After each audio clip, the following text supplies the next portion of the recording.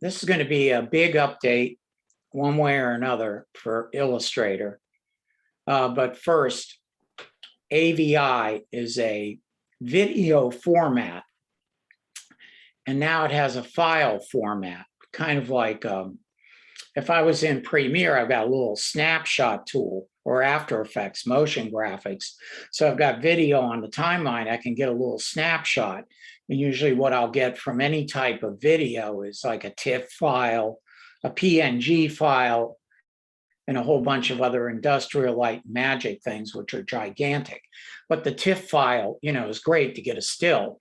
But now we've got the AVI file format from AVI Video, and these were placed in. And if I can zoom in here, I think you'll see they look pretty good, don't they? The thing is trying to make them. The point with Illustrator is you can import them in, you can place them, but that's it. You can't really edit them. But it's showing that they at least have support for it for some reason. See, if I select this object and get direct selection tool, there's not much that's going to be selected. And if I was to go to, let's say, my properties panel, you can see it has a fill with a question mark. Nothing happens. So it's really like an image file format that does have transparency. And it's just that they have support for it to place it. So I place these both with a file place command. And that's how you would get them into Illustrator, or you could drag and drop them. And here's the AVI files themselves. I can't get them out of Illustrator. So, there's no way that I can really create them. I'd need a different program. And one of these programs is called Squish. All you have to do is drop your file in here, like an Illustrator file or anything, and it will, pull up a dialog box, and you can create it, and then it pulls it up in a browser window, and you do a right click, just like you would with any image, and download it. So, I mean, unless you get a dedicated piece of software that can handle this stuff, it's a great idea, but I think it's a work in progress. But I wanted you to see that the quality of it, if you ever have to use that, at least it's supported. I've got everything here in one big Illustrator file. And what I like about it, I've got everything I might ever have to cover right here on artboards. And the first one is Extrude. Well, first I've got another one down here. Let's see, Classic 3D. Let's start with that.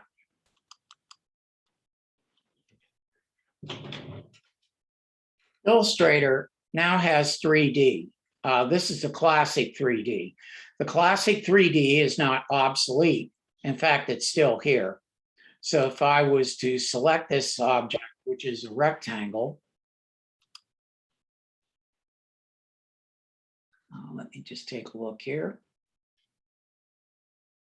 Julian, thank you so much for joining. Just getting started with Illustrator. We looked at an AVI-F file format from AVI video files, and you can place them into Illustrator, but that's about it. You can't export them out.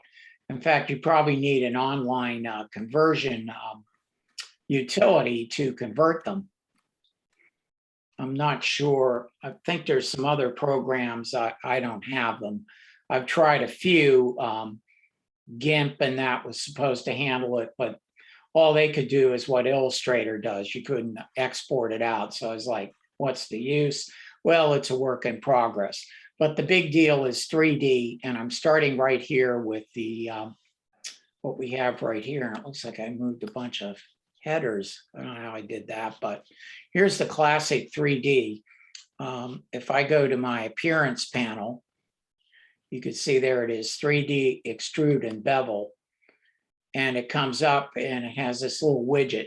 So what I did is I extruded out a basic rectangle, that's all it is, and I gave it an extrude depth.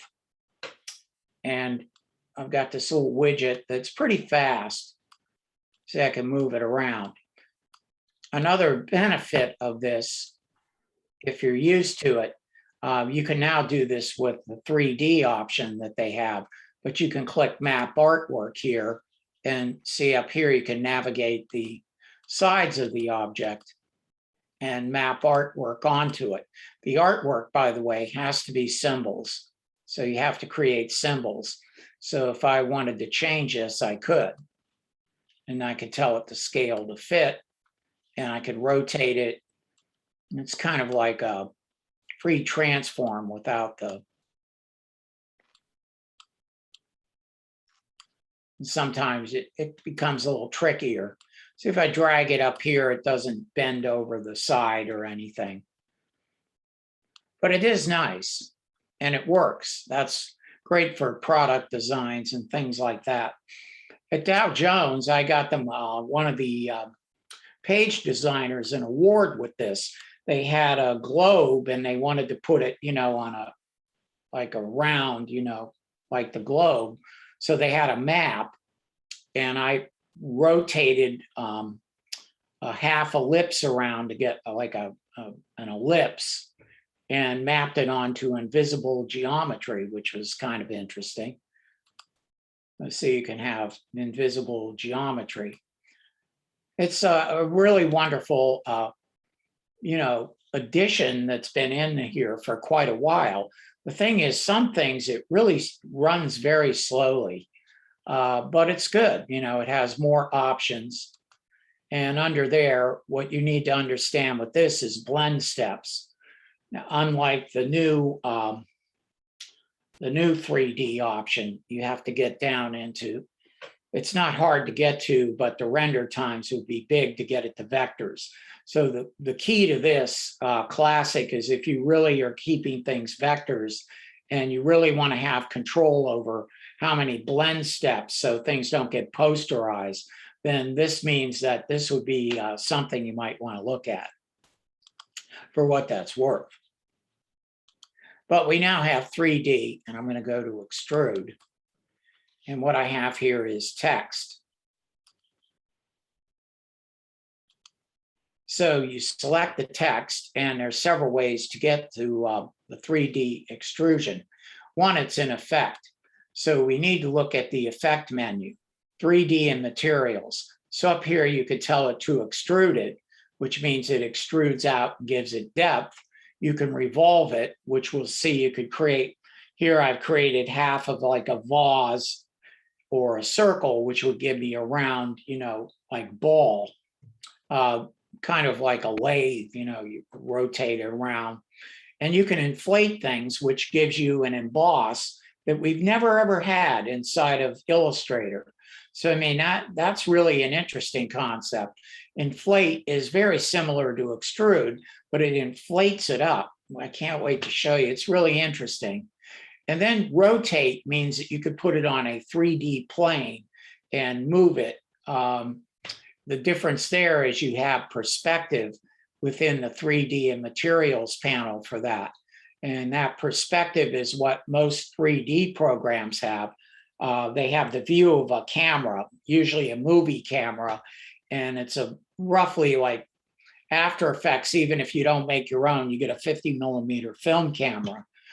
Here, they actually have a perspective slider that kind of gives you the field of view of a camera that you don't get to move or see. And it also has lighting, it's got materials and lights, So here you could start out, you could extrude here. Maybe an easier way is just pull up the 3D and materials panel, which now exists on its own.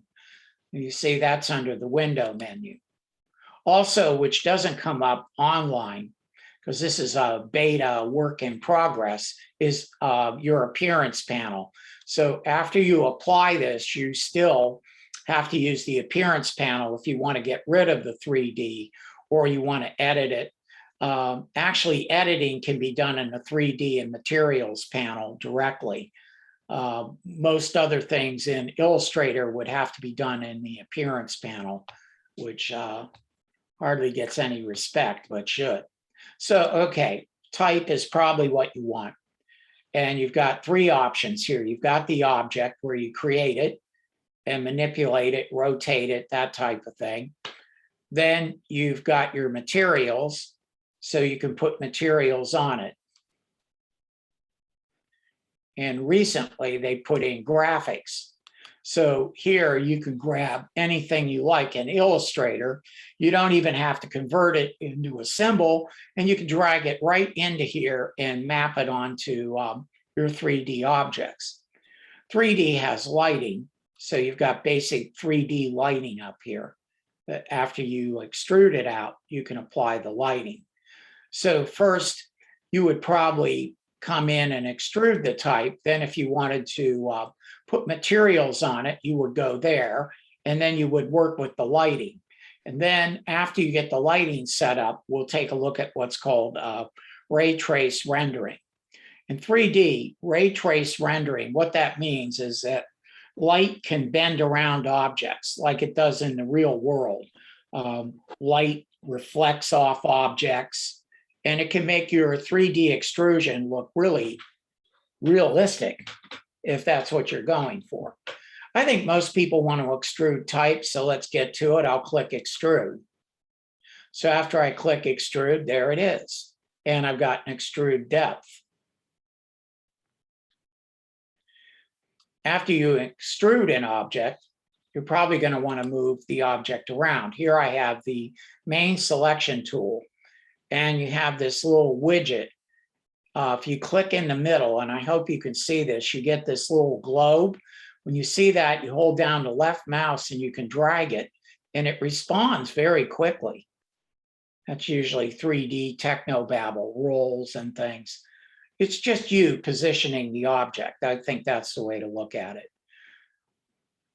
Adobe has other, like After Effects has 3D. I'm going to work with that in the coming week. And it has a different type of widget that most 3D programs have. They have color on them, red, green, blue, which represents X, Y, Z. So if you were in a real 3D program, this would look different, but it would work the same. And what's strange about it is you see the crosshairs. Think of one that goes straight down, and you can see it gives a little rotate. That's called Y. Top to bottom is Y. Imagine a pole. Something rotates around a pole. X is left to right. So it's like a line that looks like a barbecue pit, you know, if you're good with the mouse. And the outside ring is a regular rotation.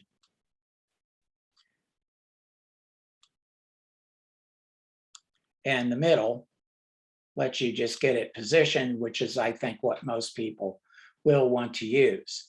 But having said that, take a look over at the panel now. Here's your rotation. X is left to right. Think of like a line straight in front of you, a barbecue pit. Things kind of rotate around a barbecue pit. Y is like a pole, so things rotate around. And Z is in to out, or that's a regular rotation. The perspective is your camera view, so look at the difference that makes. A little bit of that. And then if you come to this little globe, you can see it's pretty responsive, including this computer. So you could extrude things out. You could even have caps or no caps on these concepts. Up here, you could have kind of like holes, and depending on what you're extruding out.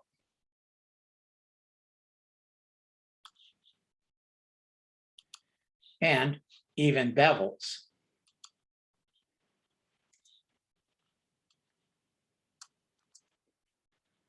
So I turn on the bevel, get my mouse away from hanging over that, and you can see different bevel shapes. You might just want round.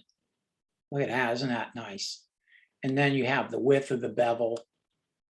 Notice the resolution drops down so that you can preview, and the height of a bevel. and how many repeats a bevel has.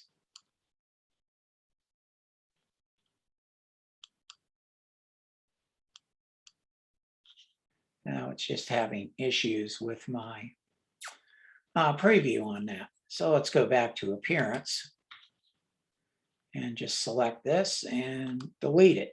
That's good that happened. So you can see how to delete an effect. So this time I'll just do a basic extrude. And you can get it positioned. Here I'll use a basic bevel. I won't get too crazy. My width in that could have been the issue. Like I said, it's a beta.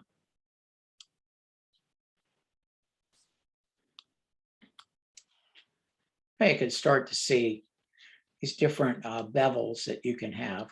Classic outlines, round, convex. Probably classic is just fine. Then you can have repeats. Depending on which one, you'll have more options. You've got space between them.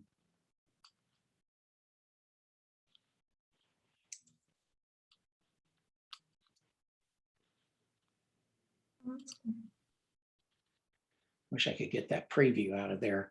I probably can, but I'm afraid to touch it. Yes, I'm afraid. The video issues. There's just so much in here. It's like a regular 3D program. But down at the bottom, outside of all this, I'll turn off the bevel because you really probably don't need all these 3D features. You know what I'm saying? You just need what you need to get the appearance of 3D, which is nice for branding. Down here, you have presets. So you could get an off-axis front, but then you get real 3D things like looking at the front. Yeah, well, why would they have these in? Well, it came from a 3D program.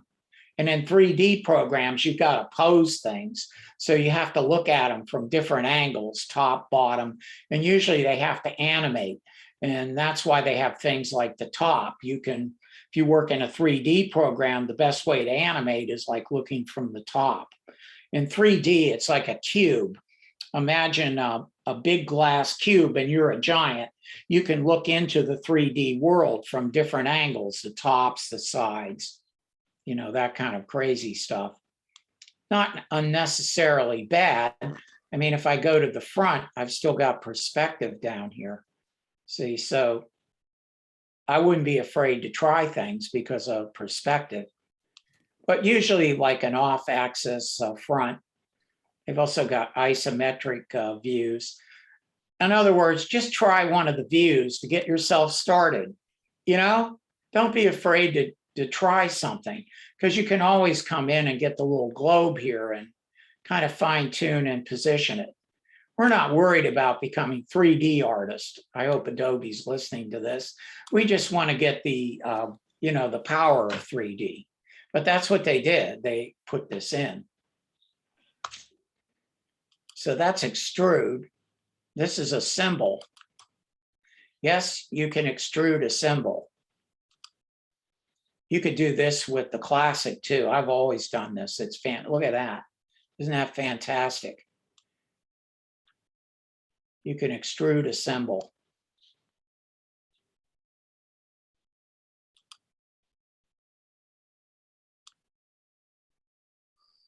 And move it around. It looks pretty good. It's about to look better. Let's just take a look at lighting. You probably want diffuse lighting.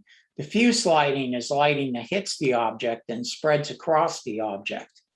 And here you can see lighting has intensity. You can even light with a color. Now, as a designer inside of Illustrator, this is pretty cool. I could say take a red and cast a red light and work with the intensity of the red.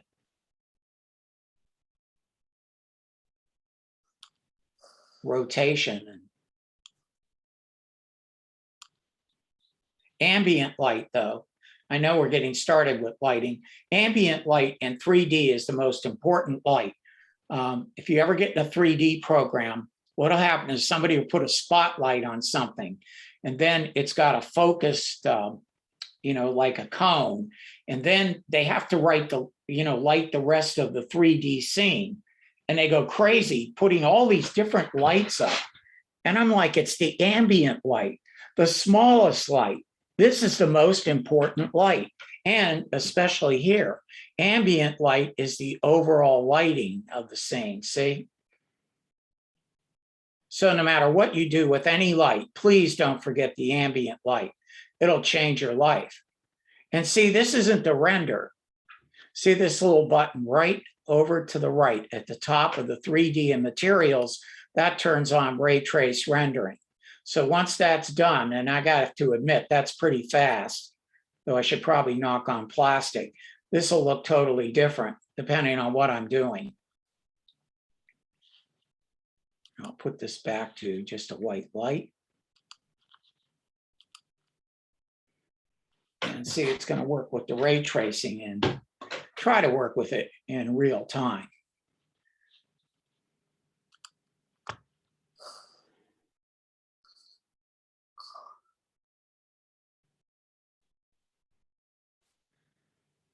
Here, I've cranked it up so it should render up there,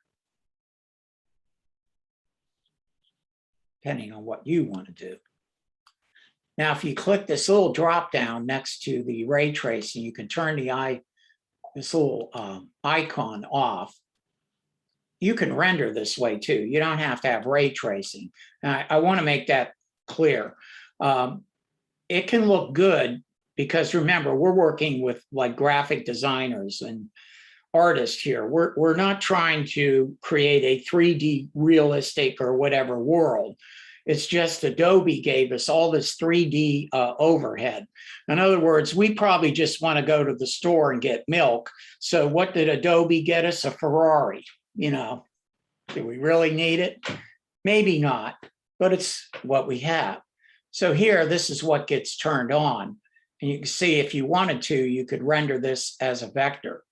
Now, let me show you something that will slow you down. If I put the rendering on here high, which I'm not going to do, but I could go to medium, and then I could render as a vector. So that means everything gets rendered out as vectors, including the lighting. So you could bet that that is going to take quite a bit of processing power when I turn on ray tracing.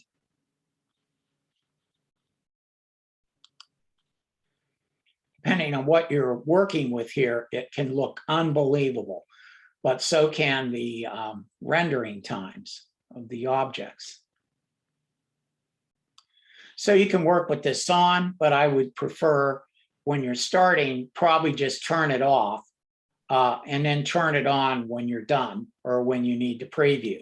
If you're going to use, that's if you're going to use that. Here's inflate. This is just a star. What would that look like if it was inflated? Well, I'll go to object and tell it to inflate. So here it has volume, which will see how that can really give you an embossing effect, huh? Look at that. Now that's pretty cool. You could use this. And then you have a depth of it depending on the object. That can change things. Here's a compound path. That it works with that too. I wanted to put one of those in. So you see, you could create some interesting things here. The volume's kind of like but if you back that down, you could start to get something that's a really interesting looking emboss effect that we've never had in Illustrator. Never really had. You had to fake it. Here's, if I ray trace it, those edges are going to become a lot better. Let me just turn this on, get this back to low, because that's probably all we need.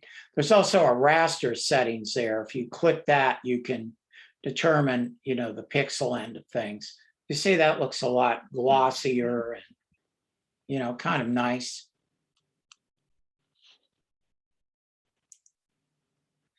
But what about a symbol? I mean, you know, I always did this over in Classic. I mean, I remember when I first saw this, I said, hey, I bet that thing would extrude a fish, you know, and I kind of, this fish out of tiki, I've always been fond of it because that's how I figured out that it would work. So here I'm inflating a fish. You can see that takes a little bit of time, but it's pretty good. The volume is the amount of inflating. I don't have ray tracing on, by the way. So this can start to become a little cranky every once in a while. At least I found it is. I might have to keep clicking on the fish. Strange. If you inflate both sides of something like a fish, or let's say this object, and let's give it some, this is almost like a pucker bloat command up under distort menu. Yeah, that's a little bit too much. There we go. See, it does the back side. I'd have to get some lighting on this, but it inflates out the back end of it. All you have to do is play around with this a little bit, and, you know, caps and things like that. Look at that. Caps, it just kind of leaves the edges. Very nice.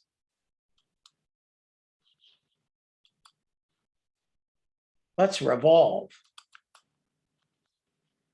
Revolve's kind of like you see people that work with clay on a lathe, so it revolves the shape around. If you wanted an ellipse, you would drag out a regular ellipse and then use those little handles now to cut it in half. You don't need a pathfinder, and you would just revolve it around. This always happens to me. I don't know, it must be because I'm left-handed. It says here, offset direction from left edge. No, go to the right edge. And there we go.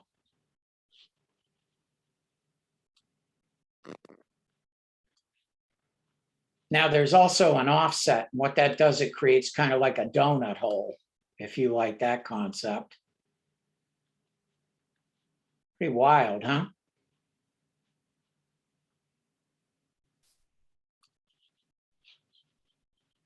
And of course you have perspective.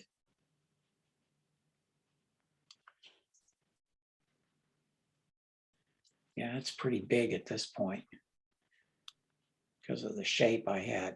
Here's the revolve angle. You can actually cut things in half. Pretty wild. Here's a plane. A plane is really great. It just puts things on a 3D plane, but that's really effective.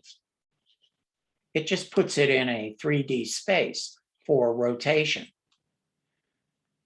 You see, if I rotate on the Y, which is like a pole going straight down through the center of the cat, top to bottom, X is left to right, Y is top to bottom. So it revolves around. There's also custom up here. If you want to start with one of those, you can.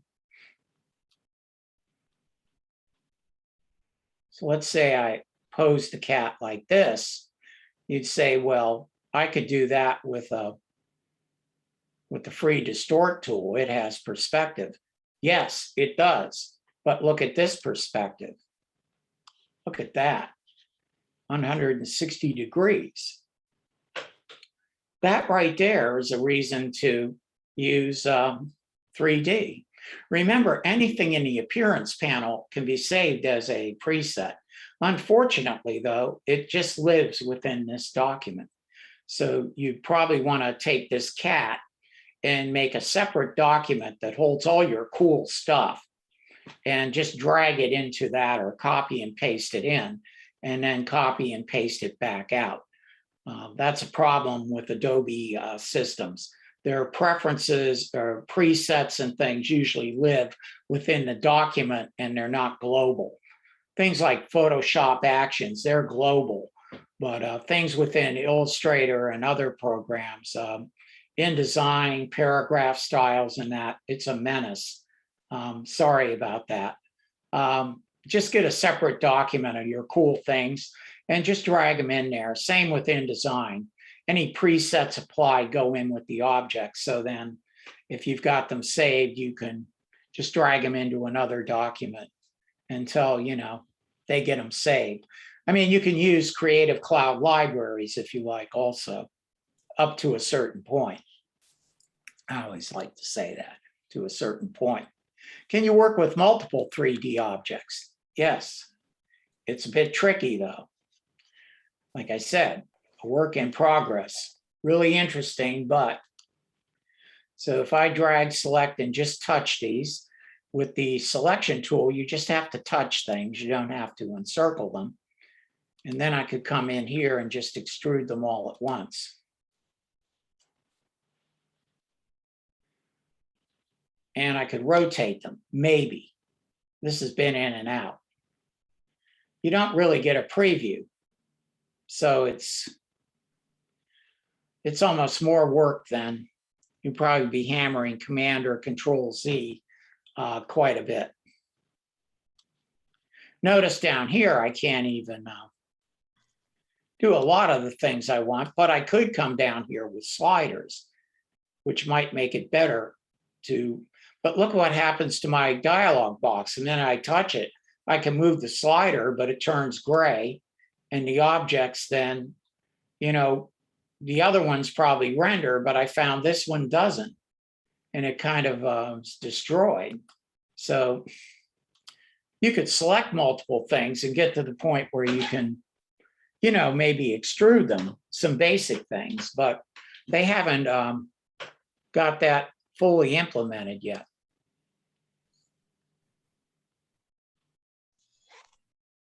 Yes, Joy, take the Illustrator file and go to Photoshop and go to Place.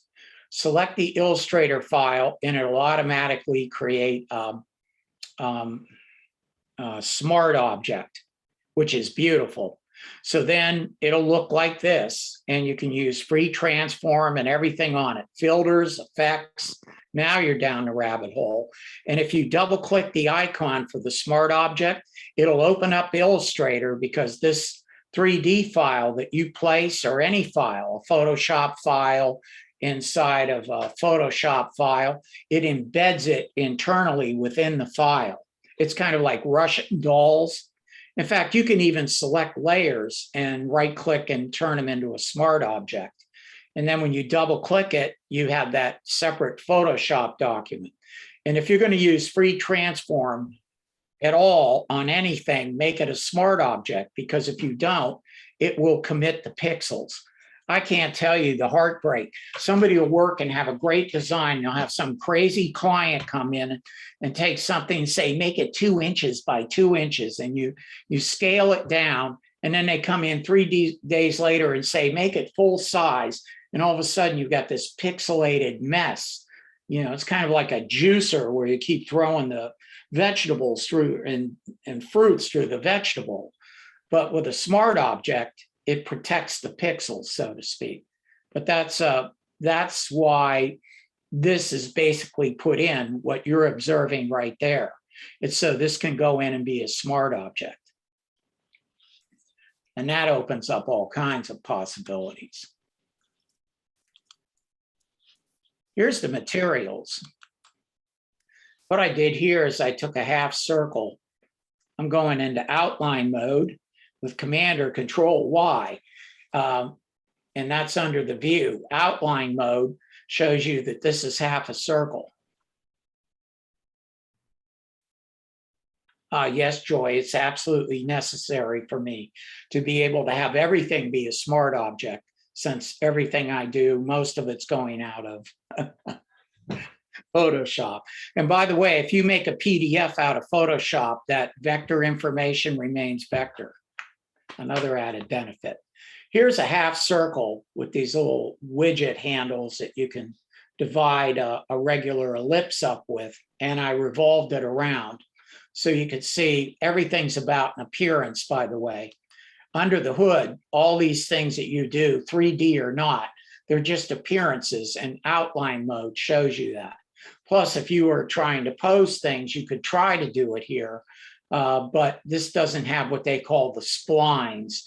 What are splines? They're these paths in 3D. So in 3D, they usually have an outline mode, and you can move it around very quickly. Guess what has that? Classic 3D has that. So when you get classic 3D, you can come in and drag quickly and on your screen, it shows you the depth and everything. But here we don't. But it's good to see what things are made of, because everything's an appearance, which is interesting. You can have a line that you extrude with multiple strokes and get all that involved, have all kinds of distortion effects and pucker, bloat, and twist. And then when you go under the hood, it's just a line, you know, it's just a vector. Kind of interesting. So that's how this was created. But what if I needed materials? Well, here are my materials. So up here, the materials, these come from Surface, which is their new 3D program. So obviously I applied a candy cane before, and you can see what that looks like. Wow, that's pretty cool, isn't it? Looks like a marble. Oh, it is. And there's more down here. Don't be fooled and think that this is a lightweight. I'm going to select this star, and I'm going to apply this marble paint. And when you turn on ray tracing, it's unbelievable. Then I have to come down below with a slider. So once we get down here, you could see it's not limited, because you've got, you know, here, depending on how these were made, it's got repeat of the marble. It'd be nice if I zoomed in, wouldn't it? There, now you can see the marble. You can even change the color of the marble. So you got to have fun, you know. I'll just randomly make a mess. Why not? Let's see what happens.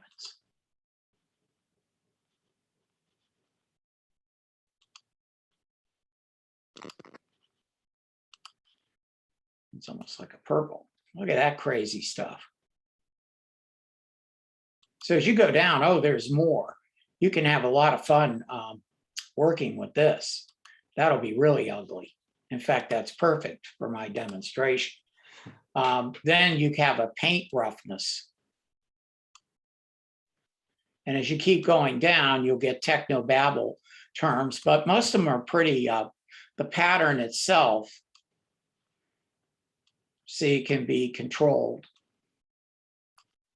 And the warp intensity of the pattern. So you figure the warping of it with this one. It even has a stain, which kind of works like it's a little bit different than luminance. I don't really care. There you can see a little bit of stain in these areas. I can even control the stain color. Hey, you got to have fun. It's a tarnished, you know, tarnished yellow green. Hey, why not? And then it gets even better. You can control the offset of the material on the object itself, rotation of it, the luminosity. We haven't even put lights on this yet. And it keeps going, you know, contrast.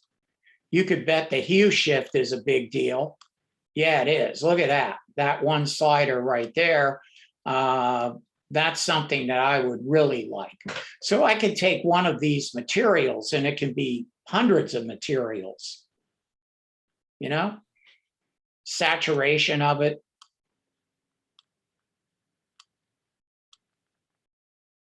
sometimes this will affect objects within there. Normals are where in 3D vectors basically start to meet. And it can also be what they call bump maps. Some of these effects will probably have them where you'll start to see it'll raise up almost like stone. You can get things that are brick. I'll show you the site for that where you can download hundreds of these things. They've got, you wouldn't believe. And this is one of these crazy things. Ambient occlusion. Are you ready to run offline? Please don't. In 3D, what ambient occlusion is where you have crevices like in here. And that's hard for lighting sometimes to become realistic. They get a little bit too dark in crevices. So ambient occlusion is like where things meet together and it's kind of tight, or where you've got crevices. Let me control, the lighting within that if it needs to happen. So that can help you. But, it's one of these 3D things. That's all. They're using terms from the 3D world. I'm just trying to de-techno-babble them for you. And you've got all these different effects in here. Or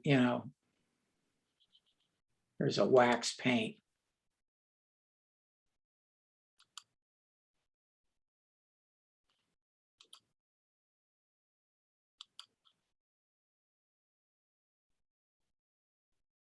Ooh, that one took some rendering. That's going to need some light. Here's a gold.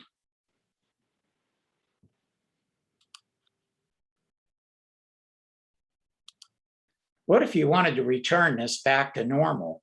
How does that happen? Default. See that? That means the default. Default removes things.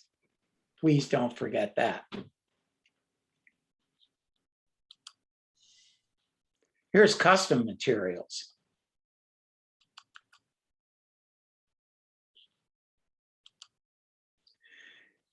Here I've got a Cape Cod fishing experience. Let's say I wanted to put that onto any one of these objects. Let's say the rectangle. Well, first I've got to get this into the 3D and materials. What if I was on the object tab and I had this selected and I said, I want this to be a custom object. This is grouped, by the way. Just drag it straight. Look at that, straight onto the panel, no matter where you're at. That easy. What's it say? Add. Let go of the mouse. Then it jumps over to graphics. So when you go to materials, they're talking about their materials from Substance. This is your materials, and now this becomes something better. You can see I did test things out. So here, if I select, let's say, this object, I can select my cat. That applies the cat, and if you can see it, there's a bounding box around my beautiful cat. So I can scale the cat. I can come outside and get a two-way arrow and rotate the cat. Now, what's interesting is if I drag it over one of these edges, see how the cat bends itself around? So, that it's pretty nice that you can do this because this just came out. The problem was you couldn't map things on the sides. And then there'll be a stacking order. I could even put a fish on there, a lawn set. Look at that. Look at that. It's over the cat, but look at over here in the properties. It's Photoshop layers. I mean, that right there, and you being able to do what you want to do, that's fantastic. Plus, you can scale things and rotate the whole group of objects. You could create some really nice, interesting things with this just to get, attention, menu items, things like that. So it might change your whole workflow, possibly. Here's a simple little rotated circle. I mean, I could try a tiki hut. Hey, how about a martini?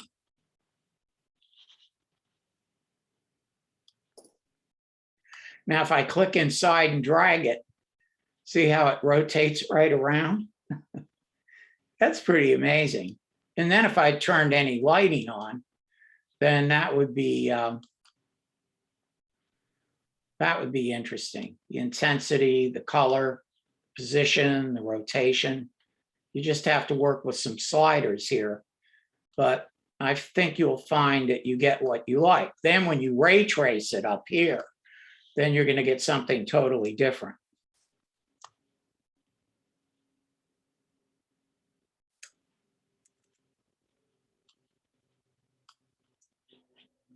Look at how smooth that is. I think it's time for some ambient light to light this up. And when I let go, you'll start to see even more ray tracing taking in. So as this rotates around and what you do with it, it'll stay. But you probably want to turn that off, especially I do now, because we don't want me freezing up. At least hopefully I'm doing a good job for you. So you don't want me freezing up. Here's materials download. Download at this link, substance3d.adobe.com/community-assets. Yeah, you can go there. But what if I told you it was easier? Let's say I was working with this little guy and I needed to get materials. 2 little buttons down here. Find more materials on Substance 3D assets. That is not what you want. That costs money. So Adobe they bought this company, Substance 3D, and you can go to that site and see how much money it costs a month. Yeah, rental software. Yes, I think it's about 50 a month. Right. So you can do the math on that. But if you go to this button, it goes to the link I just told you about. So if you got a Creative Cloud account, these are community assets. And now you're going to be able to really get what you're looking for. Look at this. There's food. There's bricks. There's all kinds of things, paper, paint, tiles, wood, stone, roofs. I think we even got plants. Look at all this stuff. So, I mean, don't give up. Just click that little button. Oh, that's in. Look at that. Raspberry and laurel leaves. Remember, all these things can be, wow, they've got models. I don't know if you could, I don't think you can use these. I have to find out if those are even possible to be brought into. I don't think they're a global. No. But we want the materials up here. Really fantastic. Here's glass. That could be useful. And remember, you've got all these parameters in these to work with them. Basic things, bricks, things like that. And remember, you can have your own on top of these. Wow. Now we're, it's not as limiting as at first you would think. Some of these are really nice. They're very glossy. So if I want this, I need to download it. So if I do that, it's going to tell me I have to sign in with my Creative Cloud account. That's the only thing. So you'll have to sign in there to get your hands on it. Once you get it, then you have it. Not bad. So it's a 3D feature. It's fantastic. It really is. But it's from a 3D program itself. I wish I had more time here. There's repeats now, radial repeats, grid repeats, and mirrors. Here's the radial repeat. These are great for patterns. If you select these, you want to look at them because they have little widgets. So you can, drag these little widgets around and control it. Here's one that has a dot that opens up the whole area. Pretty amazing. Grid repeats is fantastic. One object, and look at this. Create all the grids you want easily without pain. Just think what you could do for patterns with this. I'm a crazy person, you know, in Illustrator.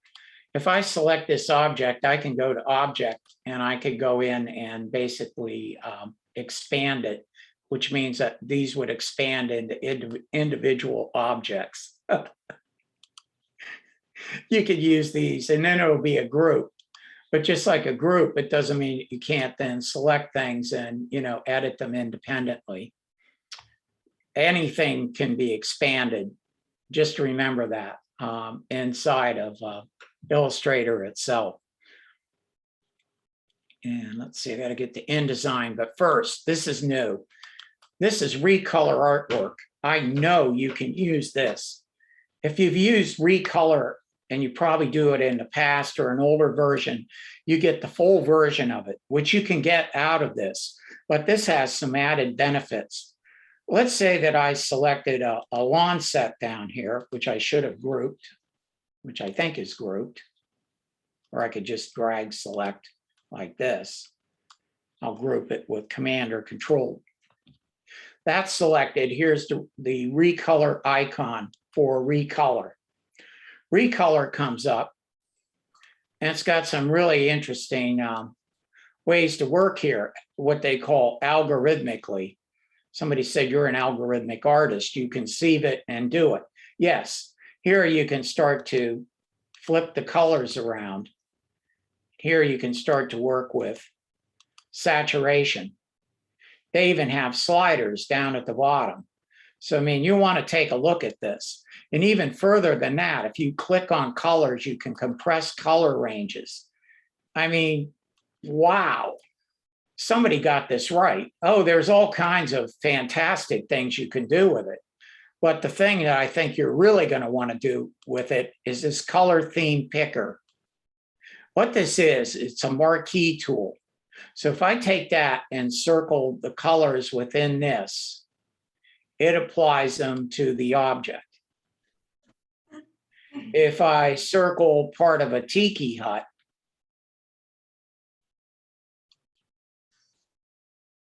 so then I could come up and select this butterfly, go to Recolor and circle the lawn set. Wow, you could be at Parsons, you know, and spend all that money and sit there, you know, like Madison Avenue, trying to figure out the color thing, or you could just come into Illustrator and use this.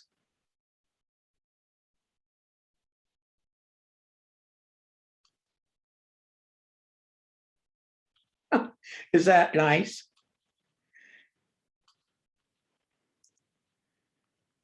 Let's just select this. Go to Recolor. Now I need to be lazy. Take the color theme picker and just click on the object. So if this was grouped, or just pick up those colors. So if you've got things grouped, you can just click and go through and color coordinate your, you know, whole design. I think we have a winner. Great for branding. So thank you so much for logging on for this. I think you'll want to take a look at 3D and see what it can do for you. And I'm glad I got to Recolor. I know that you can really use that.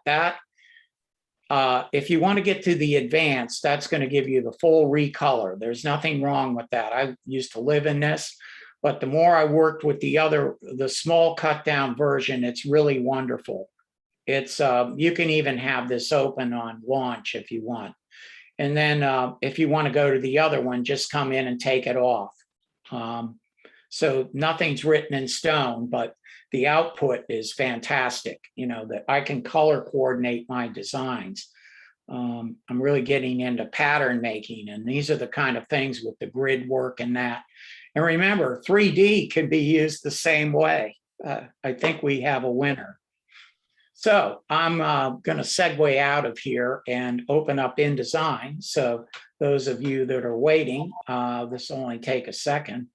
And thank you once again, if you're leaving, for taking time out of your day, and have a good weekend.